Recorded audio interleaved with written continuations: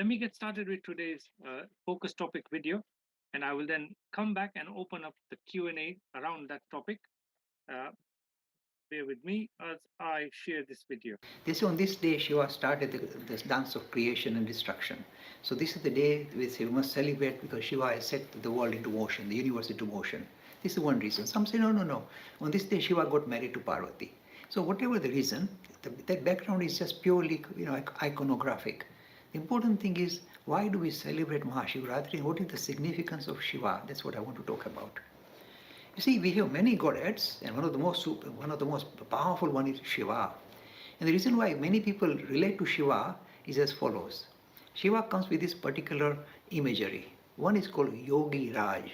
Means you see Shiva sitting in meditation, cross-legged, eyes closed, and deep within himself. This is one of the wonderful ideas that Hindus have developed. The resolution to the human condition is looking inward to see what is our true nature. And Shiva, in a way, reflects this idea of looking inward to see what is our true nature. This is one of the imagery of we connected with Shiva. It's called Yogi Raj. The other one is called Nataraj. Now, this is a very interesting symbol. In the symbol of Nataraj, this means Lord of the Dance. You heard this word, Lord of the Dance. That's what it literally means, Nataraj. Now, this idea is very interesting because it says the creation that we are so sure about in the front of us is not a linear creation going from minus infinity to plus infinity. It says, creation is cyclic. This is a central feature of Hinduism. We say life and death are cyclic, and creation and destruction are also cyclic for the whole universe. These are called kalpa. Now, the idea of Shiva doing this Nataraj is to say beginning of the cosmic dance. Now, this idea is so endearing that the scientists at CERN laboratory, where they do all this hadron, collider and so on in Switzerland. So the idea of Nataraj is this. You see here Shiva with 4 arms. In one arm is holding a drum. Drum means creating a vibration. The universe, according to modern physics, is a vibration that kind of sets the whole creation into being. If you have something stirring up. So idea of Shiva with a drum is starting creation. On the other hand, Shiva is shown, I am the destroyer of the creation.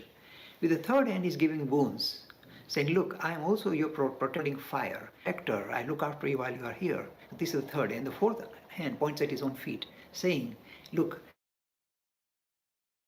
relate to the idea about your essential nature of the spirit, then you'll be released from the cycle of birth. The feet of Vishnu. Now this is, you say, okay, it's just a nice endearing figure, Mr. Lakhani, don't make a big thing out of it.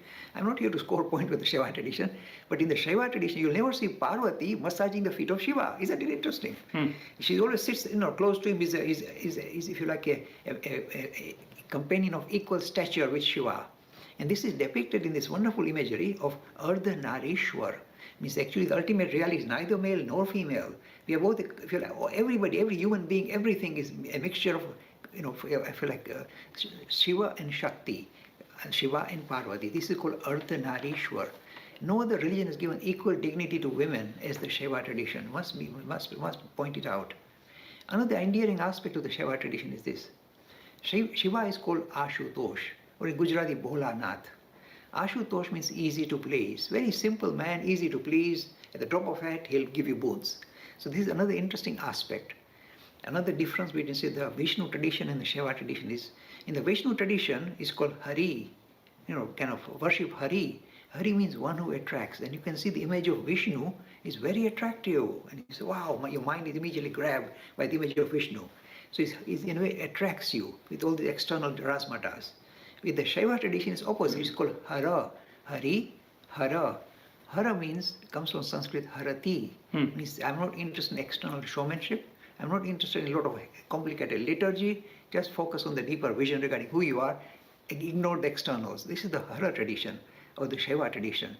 Very simple, very limited liturgy or ritualistic practice. These are the interesting ideas of the Shiva tradition. And there are lots more I can talk about, but these are some of the main reasons why a lot of Hindus like to kind of relate to the idea of Shiva as ultimate reality, because their temperament is such, they are attracted to this kind of vision of ultimate reality rather than any other form. Not that one is right, the other is wrong. It's simply we allow for this variation in a very natural, organic manner. So if you are interested in Vishnu or Ram or Krishna, perfectly fine. If you don't know, I prefer Vishnu or Shiva, That's fine. No, no, I prefer Shakti. That is fine too. So we have this variation automatically visible in our tradition. And the idea of Yogi Raj is very interesting, saying the real, if you like, the resolution of the human condition is not some external, not a God in the heavens. It is your essential nature. So one of the most powerful things the Shiva tradition is, it says, you can you can recite Shivoham, Shivoham. I am essentially Shiva. The external is a nuisance, but the real thing that is kind of trying to pop out through this frame is Shiva itself. This gives the highest dignity to human beings, equating human beings to the level of God. No other tradition comes anywhere near it. I'm telling you, even in the Hindu, in the very variation within Hinduism, nobody else will talk like that. Shivoham, Shivoham, my essential nature is Shiva. These are endearing aspects of Shiva that a lot of people love.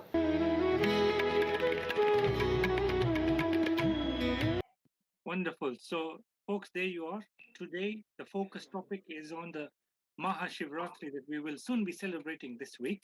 And to help us carry on with the rest of the conversation around this topic, I'd like to invite our panel of wonderful members here at our Hindu Academy team. We've got Manish Bhai, Sita Ben, Vijay Bhai, and today Manish Bhai comes all the way from India in Haridwar as well. Welcome, everybody. And I will hand over to Manish Bhai to get started with today's focus topic. Over to you, Manish Bhai. Thank you, Nisit Bhai. Nisit Bhai is our wonderful team member who's always, backbone of our team and leading the team from technical front. And without him, I don't know where we'll be. But it's wonderful to join this show from India in Haridwar, and it's a wonderful place. I've been enjoying last 2-3 days and wearing the Mahadev top as well. So today I'm looking proper Hindu, hopefully. Wonderful festival coming up, Mahashivratri, and it's getting busier in Haridwar as well. There are many people gearing up for that. So it's good to see all that. There are some wonderful Shiva temples here as well. And I'm very close to Daksheswar Mahadev temple here. So it's a wonderful place. So we come to the first question of the day. And the question is, who is Shiva? What is the idea behind Shiva? Vijay Bhai, could you please explain? Yeah, I mean, as Jaypa explained, pretty much kind of sums up Shiva. So Shiva is far more than anything. It's actually Shiva is just a name given, to some belief, but Shiva can be, it's a diverse, broad range of beliefs about Shiva. Shiva can be Dvait, can be Advait. As Jayba mentioned, I can say Shivoham, I am Shiva. You can worship Shiva as a deity as well. And that's the beauty about Shiva. It's such a versatile way of, versatile way of approaching the idea of Shiva. That it kind of is endearing to so many different people with so many different traditions, so many different beliefs. And even though Shiva can be from the simplest of, can be worshipped in the simplest of manners, as Jaybai mentioned, you can just put a little bilwa leaf on him. And because he's Ashutosh, easy to please, he's quite happy with that. Or you can do elaborate, writing, liturgy, and he will still be happy. I'm very lucky that I've visited the Somnath temple.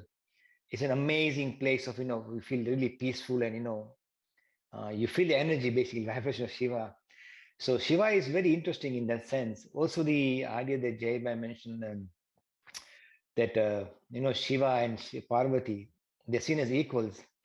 If you look at many of the stories of Shiva, it's very actually common. You see, like I remember one story about when Shiva said, "Don't go to the yagna that is performed by your father," and Parvati goes, "No, I'll go.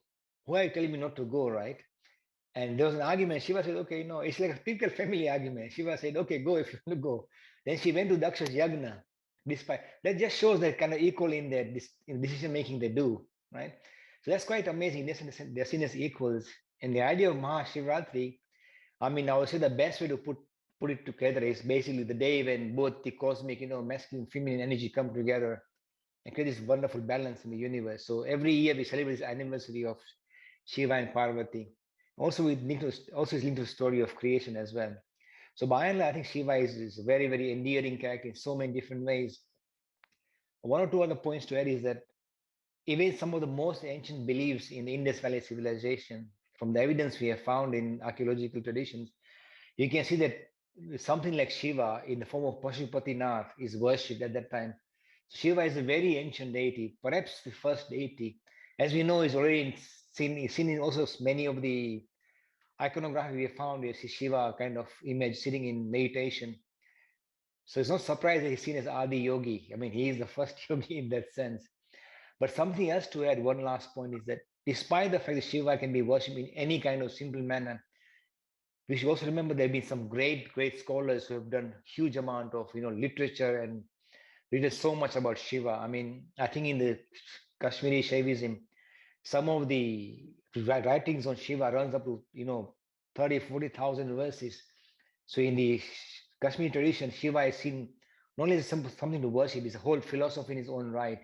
So by and large, I think Shiva is very unique, and I think for Hinduism, it's an immense blessing for us that we have this wonderful tradition. Sita ma'am? Yeah, I think you've covered it amazingly. I mean, as you say, we are very lucky to have the Shiva tradition as part of in the Hindu fold, basically. And the word Shiva itself means grace. So he's such a graceful character that even in a lot of the sort of Hindu mythology, even the demons, they choose to pray to Shiva, not to Vishnu.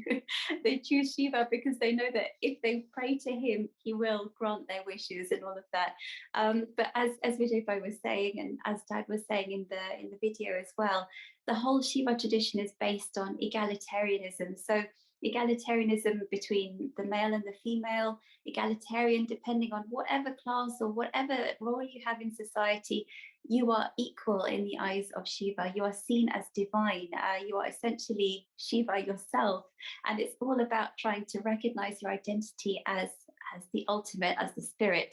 And that's the beauty of the tradition. And alongside that, we've got Parvati, who just, rather than all the other sort of female deities and consorts in Hinduism, she doesn't have lots of arms, she doesn't have any extraordinary features. And there's a reason behind that. And the reason is that we are saying that all of womankind are equal in stature to Parvati, are equal in stature to God. And that's the beauty of the tradition as well, is this beautiful egalitarianism. We've got this Ardhanarishwar image showing the equality between male and female. He's the most compassionate sort of couple that you can imagine in that sense. So it's a beautiful symbolism behind the image of Shiva. And as we've said before, the image of Vishnu and the image of Shiva are very, very different, because Vishnu is very sort of glossy and colorful with lots of jewelry, and it looks very, very attractive. But Shiva is, in the way the opposite, because, he doesn't have any sort of, beautiful jewels and looks nice and shiny and bright. He's covered in ashes. He's wearing animal clothes in the most simplest way, saying, you don't need to be attracted by all these sort of externals. Focus on the inner journey, focus on discovering your true identity. And that's the real treasure. That's what you should be attracted to.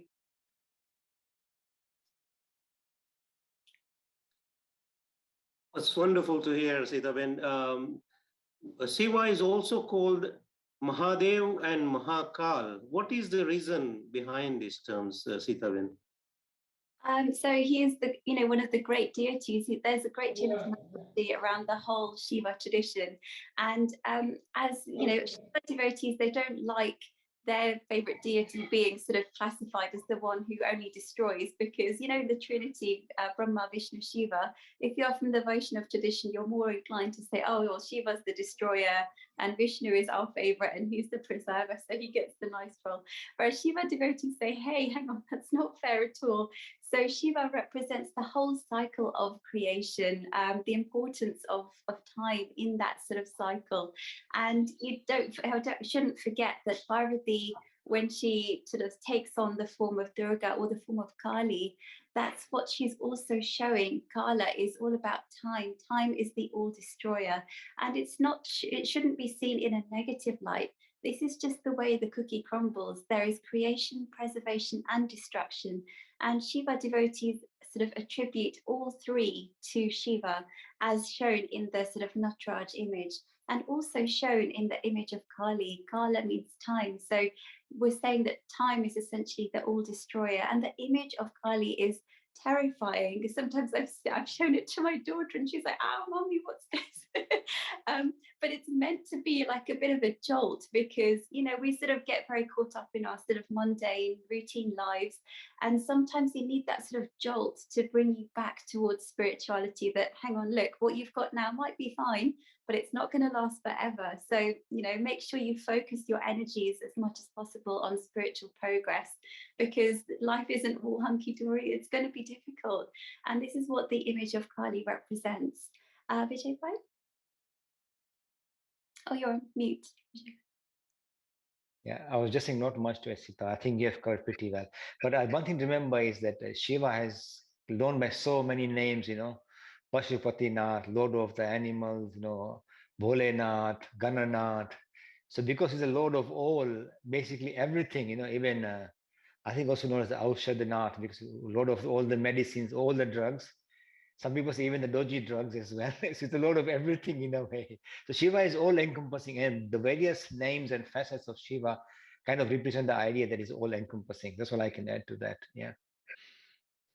Wonderful. Vijay Bhai, so one idea is that this idea originated from the Dravidian culture, the South Indian culture, the idea of Shiva, which was present in India from very ancient time. And idea of maybe Vishnu came from North Indian culture. Is there something behind this idea, or what? I think sometimes a lot of these assumptions are made, but just to clarify, actually, we can't really say for sure. But worship of Shiva is very, very popular in South India. But as I mentioned earlier, also in Kashmir is also very popular, and by and large in other parts of India as well. So I think in that sense, even as I said, also in the Indus Valley, we have some evidence saying that idea of images of deities in meditation. So I mean, by and large, I really can't say for sure, but no doubt that Shiva is very, very popular in South India, maybe compared to North India. Coming to Vishnu, interesting fact, this is something quite interesting people forget, that Vishnu was actually made at one time, Vishnu was not as popular deity as, say, Shiva or, other ancient Vedic gods.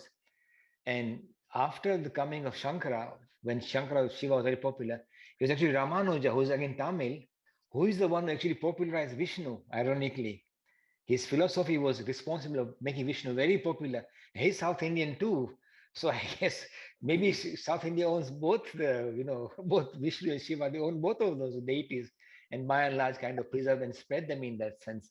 But I think we can't really say for sure. But no doubt, I think I can say for pretty sure that from what I know is that Ramanuja and Madhava from South India were very, very instrumental in making Vishnu very popular all over India, ironically. So there you go. But I think we can't say for sure. But that's all I can add to that point. Sita, yeah. Yeah, there's not much more I can add. I think it's very difficult to sort of figure out which part of India from which deity originated, but all we can say is that they are a beautiful sort of array of deities within Hinduism, and we are empowered to sort of make the decision ourselves as to which deity we are attracted to, or you don't even have to be attracted to any deity. And that's what the Shiva tradition is sort of veering towards, is this sort of in a way non-theistic approach, which you don't quite get so much with the Vishnu tradition. So if you're very sort of devotional by nature, you may be more inclined to the Vishnu tradition and fall in love with Ram and Krishna and all of the various incarnations. But if you are more drawn towards meditation and introspection, then maybe the path of the Shiva tradition is more suited to you. And that's the beauty of it. You can pick and choose, and it's a spiritual democracy. All pathways are beautiful and lead to the same conclusion. Wonderful answer, Sita Ben.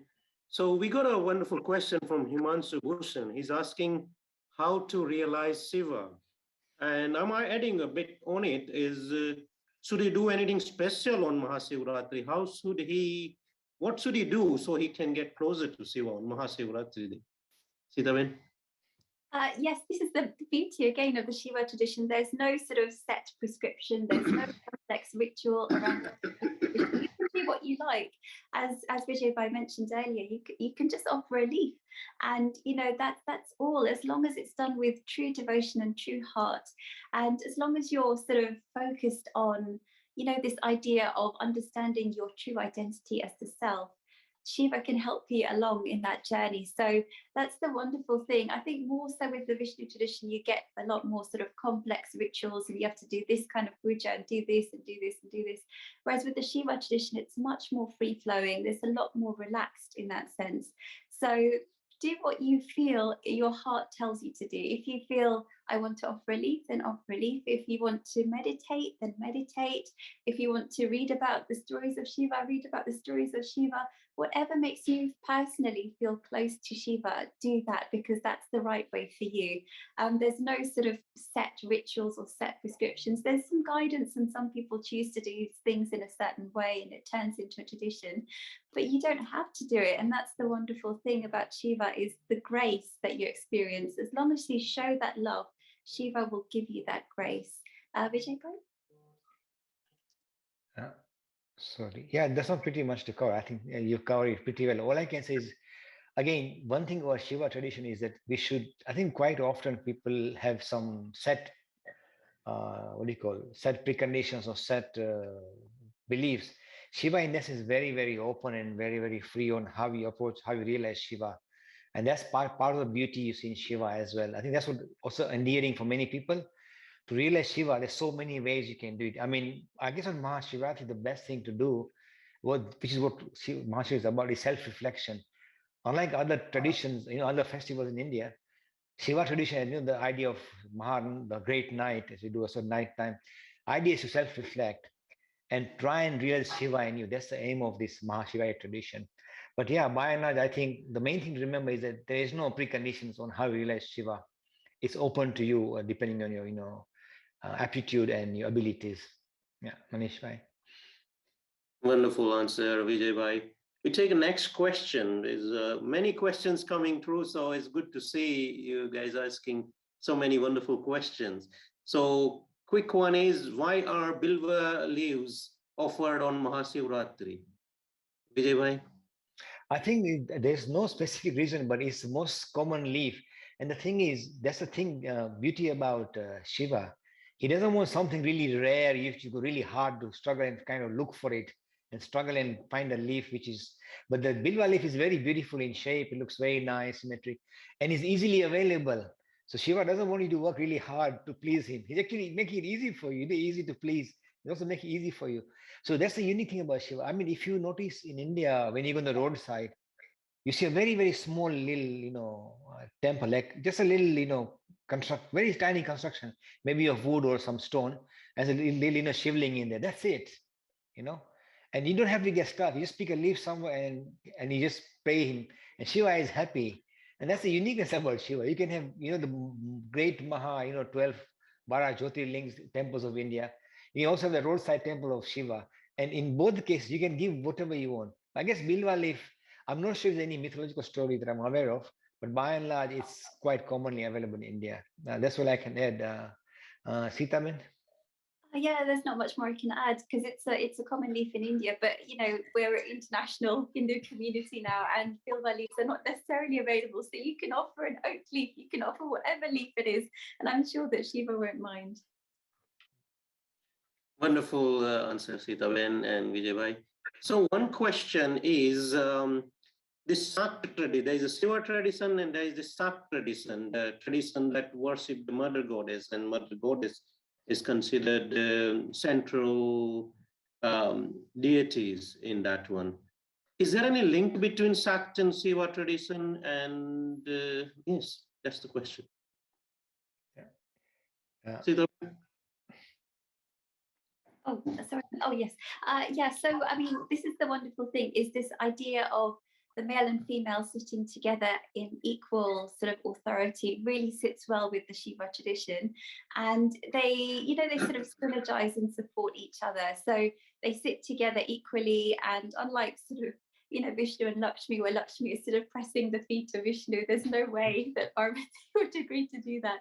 And she is shown in a very sort of simple way. There's no sort of special features about her, but when she decides that she wants to do something powerful, she can transform into Durga or she can transform into Kali. And those forms basically show the sort of inherent sort of power that we have as females to get out there and do something and be empowered. And that's what these images show, this image of Durga with many sort of divine weapons and seated on a tiger, to make sure that, hey, I'm not a pushover. I can stand my ground and I can, defeat demons in my own right. I don't need to rely on the men to do that for me. So in a way, it's a beautiful tradition. And this idea of Navratri and celebrating, the female power is a wonderful tradition, and it's very popular in certain parts of India, especially. So we should honor the male as well as the female, and we have to go with whichever tradition suits us the best, whichever one we are most inclined towards. Vijay bhai? Sorry, yeah, not much to add. I think that, Sita, you kind of pretty much covered it. All I can add is that when I was young, I remember a story. I actually asked this question: why do you have, Parvati and Shiva separate temples and sometimes together? So the classic analogy I used to get from my father was that sometimes when you talk to your parents, you don't talk to both of them together. Sometimes you only discuss with your father, sometimes you discuss with your mother. You don't discuss everything, depending on your kind of angle, how you take things. So if you want something, and if you want something, then of course you go ask your mother, right? That's why it's quite common. You do, people do manta, they do some sort of penance to Mother Goddess. Then there's no Mother Goddess will give them something, right? But by and large, it's beautiful thing that we have this option of worshiping God in the male form or the female form. So in both these scenarios, I mean, quite often people say that the male is the timeless, formless, the unchanging entity, and then you got the manifesting power of Brahman, which is the feminine power, the Shakti, which brings things into motion and brings change and transformation. So they actually link to each other. I guess so both are valid. I'm quite comfortable going to both temples. So, and also in some temples when Parvati and Shiva together, I'm happy too as well. So we got all options, lucky us, So that's all I can add, Manish bhai. Wonderful answer, Vijay bhai. So one thing is, this yoga tradition, the part of yoga seems to be coming from Shiva tradition, and so is the dance form that seemed to be originated from Shiva tradition as well. What is the story behind this, Vijay bhai? So, okay, two questions. So one, I think the thing is, again, this is Shiva is very unique. As I said, because Shiva is, the way people worship Shiva is so versatile and so broad, he can be seen as Nataraj or, in the Yogi Raj. And Yogi Raj, we actually see him as Adi Yogi, the first yogi ever, in the universe. So meditation form, but dance is also, as Sita mentions quite often, that dance is very much part of spirituality. So we have both these forms, and you can approach God in both ways. In a simple, calm, contemplative manner, sit under a tree in the middle of nowhere, very silent, just the Himalayan breeze, and you meditate and, you reflect inwards. But hey, if you want to be energetic and, dedicate yourself through a dance form, through a physical energy, physical kind of exercise, in a very focused manner, in a very disciplined manner, both require discipline, right? So they can use the dance form as well. So the Tandav dance is one of the most beautiful dances you can ever see. And I know that on Mahashivratri in many temples in India at night, some of the India's top performance of dance performers actually come and perform the Tandav dance as well. So by and large, both shows you again the beautiful diversity, kind of quite opposite, right? One is calm, continuous sitting down, meditating. One is the amazing dance form. Both can be seen as linked to Shiva. So very amazing in that sense. Sita, then?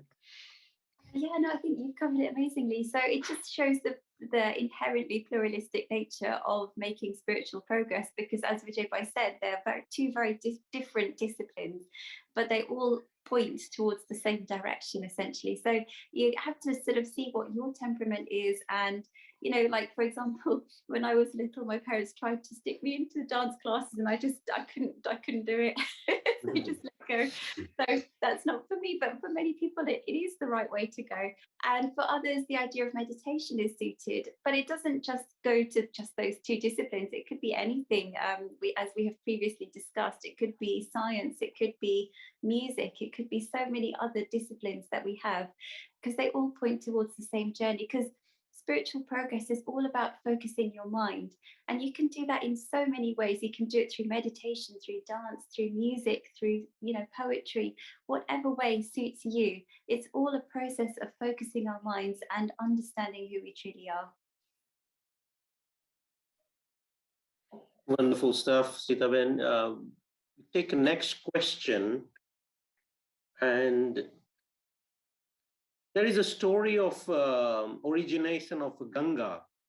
And I think it comes from this, not sure, it's in Ramayana as well, it's there, I think Valmiki or Tulsi Ramayana, that there's the story of the Sagar, King Sagar and his sons, and they were killed by curse from a rishi, and to liberate them, their generations of people did meditation and made, they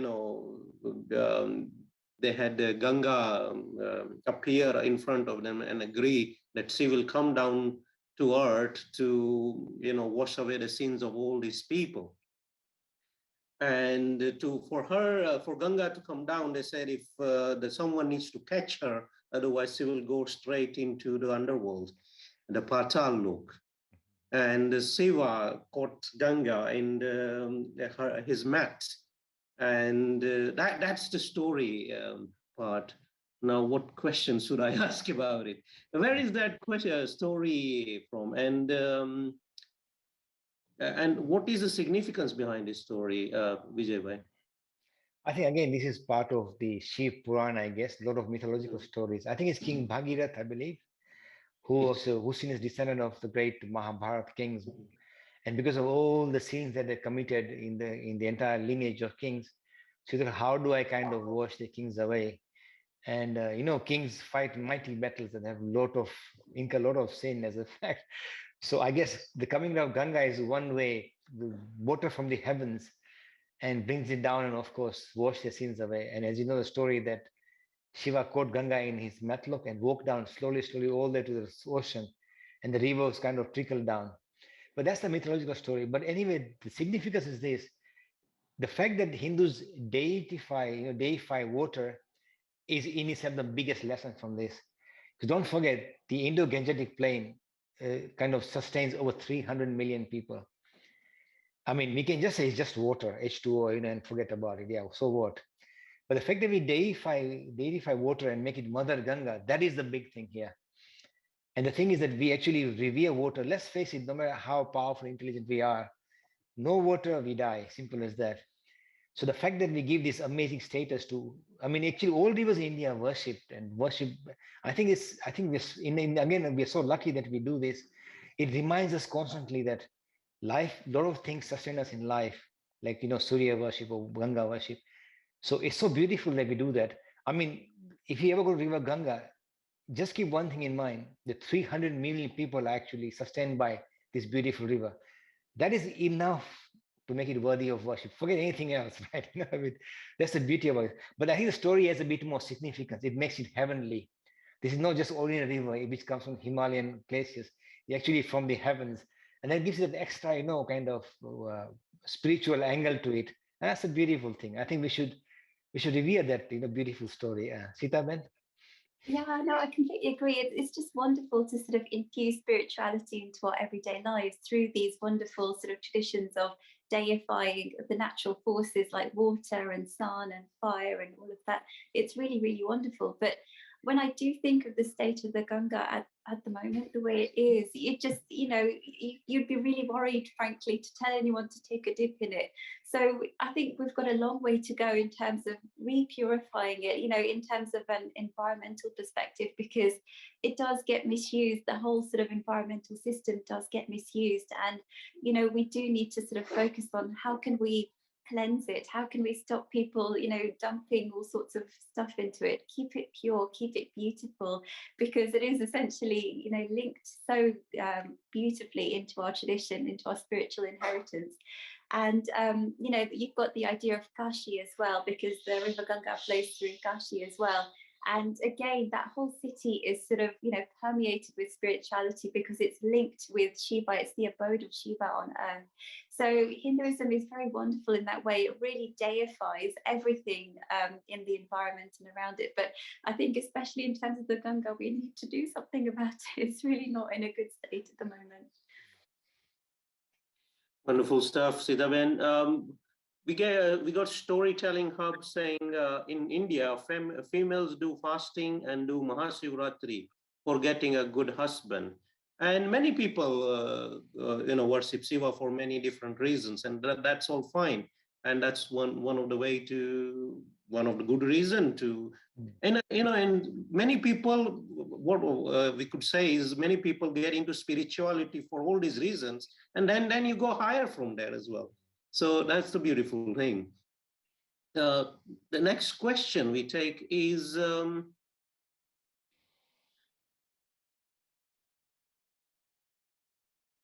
why is milk offered on Sivalingam and the symbolism behind it? Sitaben? So milk is one of those things, I guess, which we have for thousands of years seen as something sort of precious and valuable that we have, because we had cows and we started living alongside cows, and that's why cows are held with such sacred status, because they helped us to settle down into sort of agriculture and farming and all of these wonderful things which helped us to not be hunter-gatherers and just rummage around for food wherever we go. It helped us focus our lifestyle and also helped us focus on other things besides basic survival. So the cow and having milk, having a supply of milk close to us in the form of a cow is seen as something incredibly valuable. So we think when we want to offer something to God, we think, what is the best thing that we can offer? So, I mean, I don't know if this is exactly 100% accurate, but my take on it is that milk was considered to be a valuable resource and still is. So why not offer the best that we have to God? So I think that's probably why milk is poured on the Shiva Linga, but it's also poured on other deities as well, because we want to give the best that we have to God. Vijay Bhai? I think, Siva, Sita, I fully agree with you on that. I think milk is basically seen as a precious resource. And I think today, because milk production increased by many, many fold, you'd be surprised. I remember talking to some of my elders, and milk was actually, you may be surprised, not as easy to get as people think it was. Okay, you had some milk, a half glass of milk or something, but it was quite precious because, again, not everybody could afford to have cows. So if you offer a little bit of milk, maybe a couple of teaspoons, you're seen as something precious. So I think that's the main link to it. It's just something, a good precious resource that you offer to Shiva, basically. Yeah. Wonderful, Vijay Bhai. We take the next question, and there's a story in Purana, Bhagavad Purana as well. The story of Samudra Manthan and this halahal wish originate from the Manthan, and no one wanted to drink that. And Shiva came forward and said, only I can handle it. And he drank that, and after that his cold. His throat got this blue color, and it's called Nilkant. So the question was, how did Shiva handle the poison, Vijay Bhai? So again, people, okay, from what I understand, what I read is Shiva used his immense yogic powers to actually consume that poison, yes, and destroy its potency. But yeah, that's right. Actually, quite often, it's quite an interesting, beautiful story about Samudra Manthan. People just know the idea of Amrut story that came out. But before that, Kamdhenu cow came out. So much that churning was a serious business with huge amount of, deities and danas, trying to churn that ocean big time. So you can when you churn something huge like the ocean, you get a lot of stuff coming out it. I can't remember the story fully now, but I know so many things came out if you look at the Puranic story. But luckily, we're only aware of 2 or 3 things, which is basically the wish and the Amrut, right? But I know other things came out as well. But the main thing is Shiva used immense yogic powers to actually consume and destroy potency. That's my understanding on the story. Yeah. So Sita Ben. Yeah, there's not much more I can add apart from yes. So in a lot of these sort of mythological stories, everyone sort of runs to a particular deity to save the day, and we've got loads of different deities within Hinduism, and all the other gods. They're like, there's a problem here. Who can we run to? And you've got plenty of stories around Vishnu and the avatars, and you've got plenty of stories of Shiva as well, like from the Shiv Puran as well. So Shiva is the one who saves the day. So this is the wonderful thing. You can read wonderful, colourful stories based on whichever one is your favourite deity, and they're the one that comes along and saves the day. And in this story, I think Shiva and Vishnu sort of work alongside each other to sort of, defeat the demons and let the gods win. And it's a lovely, colourful story. And right from childhood, if you sort of tell your children these stories, they seem magical and fascinating, and it draws them towards spirituality. So rather than getting too sort of tangled up on the technicalities, just enjoy the beauty of the story, and it makes you feel closer towards the deities, to spirituality, and making your own spiritual progress. Wonderful stuff. We got a viewer sent a nice comment saying Mahashivratri is the day to honor and celebrate Lord Shiva, honor life and celebrate existence.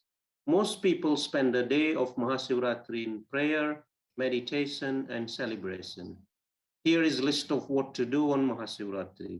Observe fasting, meditate, chant Om Namah Shivaya, attend Mahashivratri Puja or Rudra Puja, worship the Shivalinga. And one more thing that people do is do Jagran, that is stay awake whole night, or some people do up to midnight and do this chanting of Om Namah Shivaya and stuff like that. What is the reason behind doing this Jagran, or staying awake in the night and doing this chants and stuff, Sita Ben? So this is the thing. These are various rituals that we do, and the purpose of these rituals is to be a form of discipline. This is what we teach at GCSE, to be a discipline on ourselves, that we can control our physical requirements in order to make spiritual progress. So we fast to say, we're not just like wild animals. We can control our diet, we can control our sleep, so that we can make spiritual progress. And by sort of imposing these disciplines on ourselves, we are sort of making time away from our sort of daily routine to think about higher things. Because by fasting and thinking, I can't eat that, you're then saying, there is a reason behind that, and it's a spiritual reason, and it means that we are more than the physical. Essentially, we can transcend our physical requirements and needs for a short period of time in order to sort of recollect and remember higher things and make spiritual progress. Because if we don't impose these kind of these rituals within festivals, it's very easy for our lives to literally just run by. Weeks, months, years just go by without really making any kind of progress. So these festivities, these rituals give us a chance to say, hey, let's stop everything now.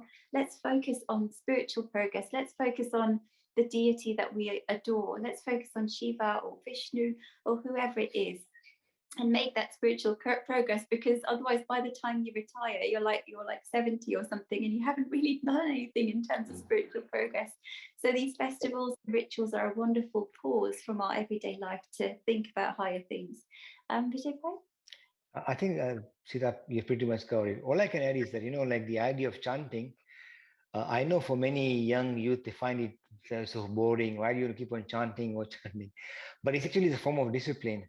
And it actually focuses your mind as well. I think there have been some studies done on, Tibetan Buddhists by some universities where they chant, continue to chant. And it's been seen that they've got tremendous focus, and the awareness increases by many fold.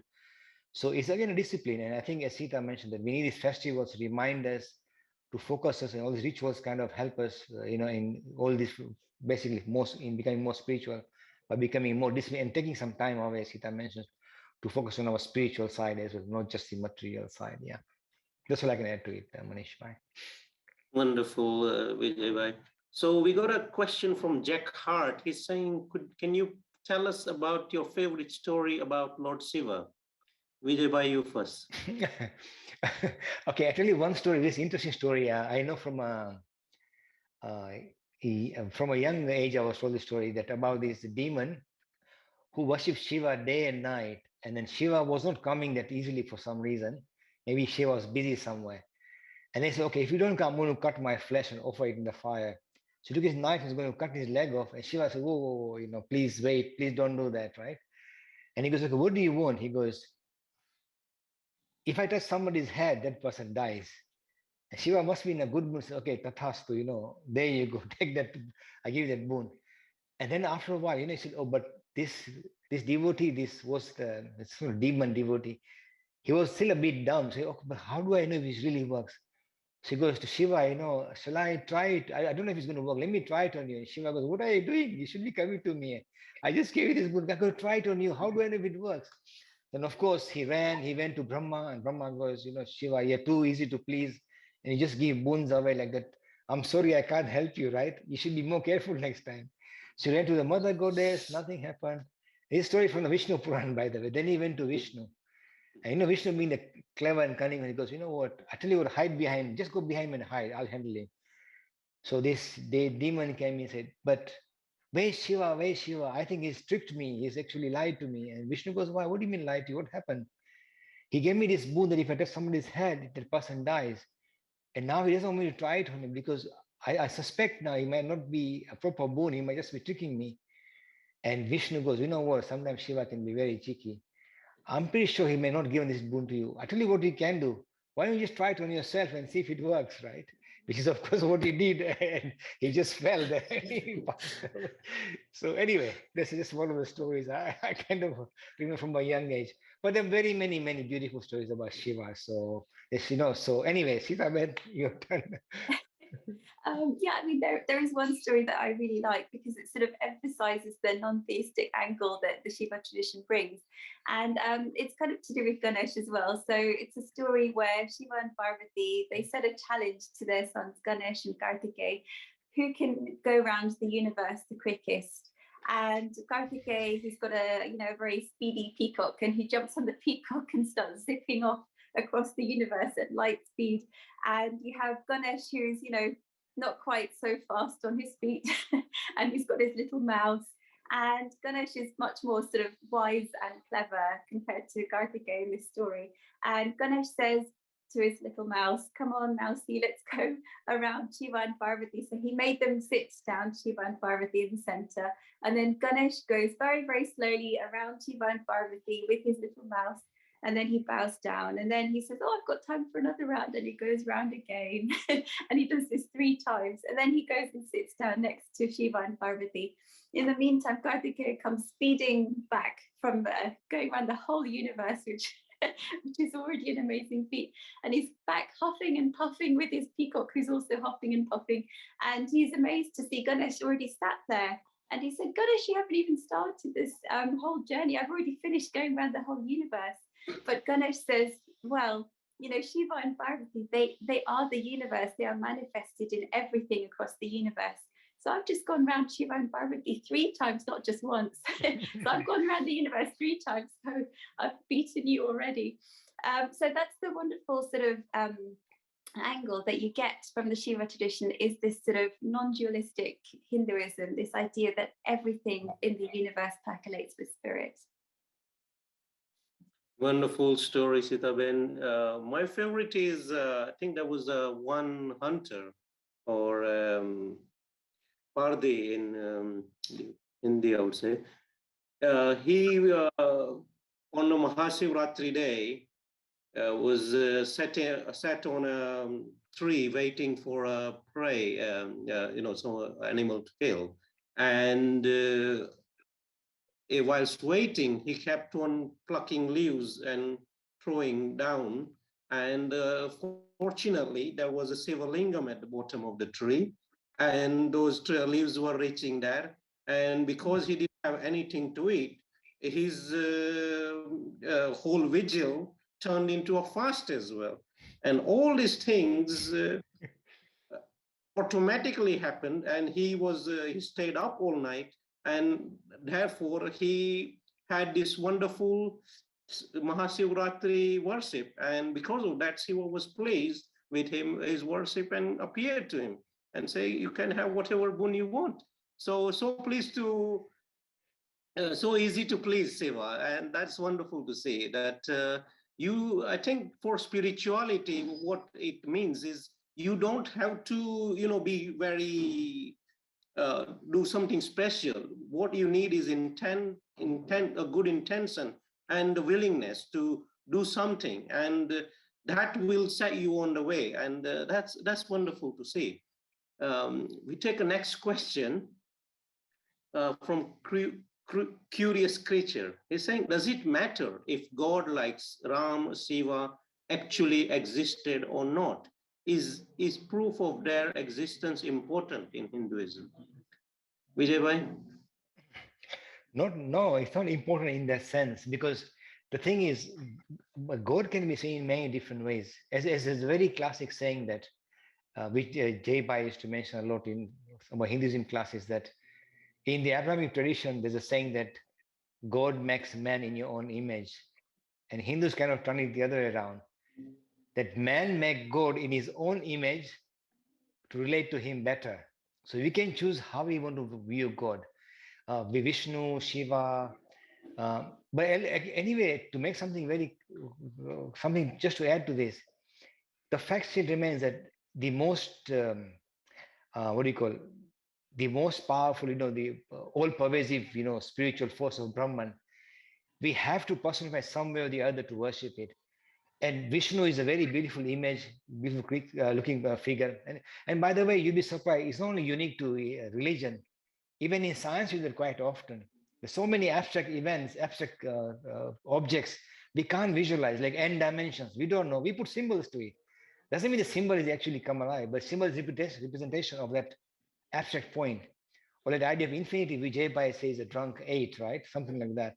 So we do that all the time. So for personifying a form of infinite, Brahman into a form of Vishnu, Shiva, there's absolutely nothing wrong with it. Actually, it's a good thing, because it makes you focus to a deity and makes you more spiritual. You can also use any other object, doesn't matter, or any other art tool, and that's a wonderful. So it doesn't matter. There's nothing wrong in using. I mean, even the idea of Shiva. Shiva is seen as someone sitting in meditation, or Natraj dance, or Pashupatinath. If you look at the form of Pashupatinath, he's got some people put an animal, kind of with horns and everything. So all kinds of images can be made to worship the divine. Whatever suits you. I mean, sometimes people have different images to worship at different times. And worship Shakti, I want to worship on some strength. I worship Parvati in the form of Durga with multi arms. Why not, right? Like that. See, so it depends. If you want to playing music, then Parvati transforms into Saraswati, and you practice the Veena. So there's absolutely nothing. I think it's a good thing if you have that kind of mind. Because any image to worship, it doesn't really matter if they're actually real, because it's a representation of the ultimate Brahman. Sita Ben? Oh, yeah, and I think you've covered it amazingly. So all of these are ways, or as Dad used to say, ploys, to help focus our minds on making spiritual progress. Because, it's very lovely and poetic to talk about non-theistic Hinduism, but from a perspective of a human mindset, it's very, very difficult to make spiritual progress in that way. So having any of these amazing deities that we have and focusing your mind on them, that's what helps to focus your mind. And that's what we were saying previously, is that any sort of disciplined human endeavor, focusing your mind helps towards making spiritual progress. And having these images of deities helps to focus our mind in the same way as Vijay was saying about science, because the only way that we can get a handle on the subtleties of the universe and reality is by using symbols, by using imagery, because we are limited in our sort of mindset, and we need to make use of whatever we can, whatever handles that we can, to open the door towards the spirit. Wonderful answer, Sita Ben, Vijay bhai. We take a last question and then we'll wrap up. The question is from Kumar Sanket. He's asking, can you please shed some light on the meaning, significance, and correct usage of Mahamrutyunjay mantra? Sita Ben? With that mantra and with any mantra, the whole purpose again is, what can you use that focuses your mind? So when you sit down to meditate, I mean, that's what I found anyway. It's very, very easy for your mind to sort of diverge and think about all sorts of other things, anything apart from what you're supposed to be focusing on. So having a mantra there to focus your mind can really go a long way towards making spiritual progress. And some people say even the sort of vibrations which are produced by reciting those mantras have a very special meaning. They have a potency behind them as well. So you get the double benefit of focusing your mind and also feeling the sort of rhythmic and benefits of reciting these mantras. And whichever mantra you choose, whether it's dedicated to Shiva, the Mother Goddess, Vishnu, they all focus our mind. And when you sit down to meditate, that's all that you're supposed to be focused on. And that's why sometimes people turn rosary beads while they're repeating the name of God or doing various mantras. They're all ways that we use to focus our minds on spirituality. Vijay Bhai? Yeah, I think this mantra, I believe, is from the Rig Veda, but yeah, this is again a very famous mantra which is recited many, many times. And Sita mentioned, by and large, mantras are forms of discipline which makes you focus. And I think this mantra, I believe, is linked to Shiva as well. Though there's no mention of Shiva directly in the Rig Veda, but it's linked to Shiva as I think it's called the Trikam, yeah, Om. I can't remember the mantra now, but I yeah, by and remember large, it's it. Triyam. I can't pronounce it. Triyambakam. Okay, let me have a go. Om Triambakam Yajamahe Triyambakam, yeah. Stivardhanam Urvarukumyo Bandhanat Mrutyor Mukshayamamrita. Yeah, I can't say it exactly, but there you go. But that's a very famous mantra linked to Shiva. But I think the mantra is saying idea of give me prosperity and free me from death, I think, something like that. But as I said, there's so many famous mantras Sita Ben mentioned, and they all have the same idea to discipline you and focus your mind on spirituality. Yeah. Wonderful. So it's been 1 hour since we started almost. And what an interesting discussion we've had today. We've learned so much about Shiva. We've learned so much about Mahashivratri. And typically what we would do is the focus topic would normally be about 20, 30 minutes maximum. Today we've dedicated the entire session to this because there was, a lot of interest, a lot of questions, thoughts, comments that people had shared online. And we just let it roll so that we can cover this topic thoroughly and nicely.